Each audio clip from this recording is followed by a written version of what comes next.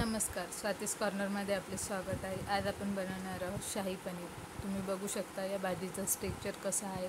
इतकी सॉफ्ट आणि इतकी डिलिशियस झाली होती, खरंच खूप छान झाली होती आणि नावच तेवढं शाही आहे म्हटल्यावर याच्यात सर्व काही शाही जाणारच। इथे मी घेतलेला आहे 2 कांदे, 1 टोमॅटो आणि 8-9 लसणाच्या पाकळ्या आणि पनीर घेतलेलं आहे।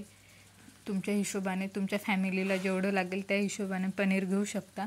आणि 9-10 मी इथे काजू घेतलेले आहे आणि जर पनीर जास्त असेल तर हे तुम्हाला क्वांटिटी वाढवावं लागेल, कांदा आणि टोमॅटोची आणि काजूची। तर हे फक्त 3 लोकांसाठी मी भाजी बनवत होती। समजा 3 किंवा 4 लोकांना ही भाजी पुरू शकते अशा हिशोबाने ही केली होती।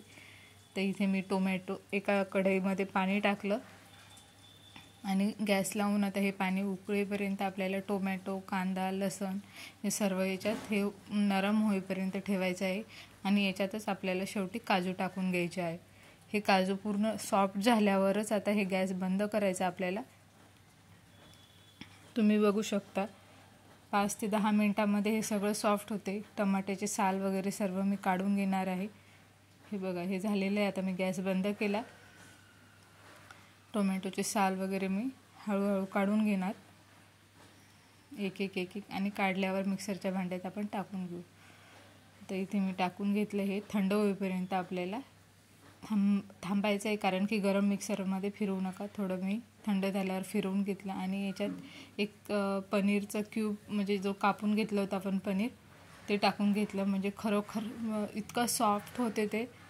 आणि जेवढं म्हणलं तेवढं ते बारीक करा, कारण की जेवढी जी सॉफ्ट पेस्ट असते तशी झाली पाहिजेत, तेव्हा त्याचं टेक्स्चरही छान येते आणि टेस्टलाही छान लागते।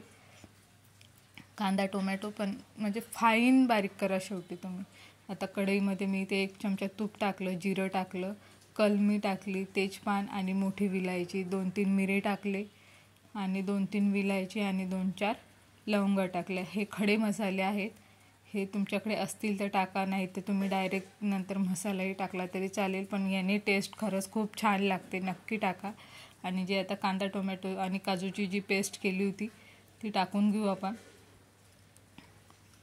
आता हे पूर्ण आपल्याला मिक्स करून घ्यायचं। हे मिक्स झाल्यावर आता हे हळूहळू कलर बदलणार, कारण की जे तेल सुटणार आहे पूर्ण त्या भाजीचं। तुम्ही बघू शकता साईडने कलर चेंज झालेला आहे।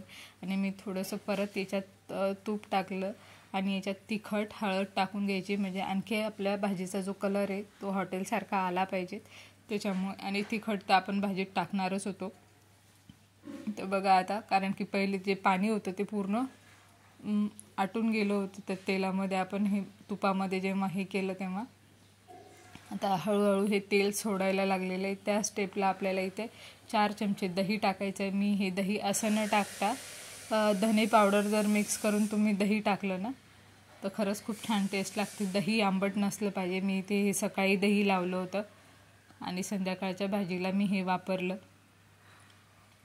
आणि 1 चमचा आपल्याला इथे गरम मसाला टाकायचा आहे। मसाल्याचा बाकी कोणताहीच वापर या भाजीत केलेला नाही आहे। तुमच्या घरचा जो मसाला असेल तो टाका, किंवा बाहेरून भेटतो आपल्याला पनीर मसाला वगैरे, तेही टाकला तरी चालेल। मी इथं बाकी कोणताच मसाला नाही, मी घरचा जो आपला वर्षभराचा केलेला असतो तो मसाला वापरला। आणि इथे ही भाजी आता ते पूर्ण तयार होते, कारण की आजूबाजूला पूर्ण तेल सुटत आहे। तर या स्टेपला आपल्याला इथे मीठ घालायचं आहे। मीठ विसरून चालणार नाही, कारण की भाजीची चव त्याच्यामुळेच वाढते। आता इथे हे पाणी टाकून घेते, जे मिक्सरच्या भांड्यात आपण काजू वगैरे बारीक करून घेतले होते तेच पाणी मी याच्यात मिक्स करून घेतलं। आणि ही भाजी आता उकळून घ्यायची। आणि तुम्हाला सांगते, ही भाजी होईपर्यंत कमी गॅसवरच करा, कारण की खरंच खूप छान टेस्ट लागते। वेळ लागते, मला पूर्ण भाजी करायला अर्धा तास लागला, पण खरंच हॉटेलसारखी भाजी झाली होती।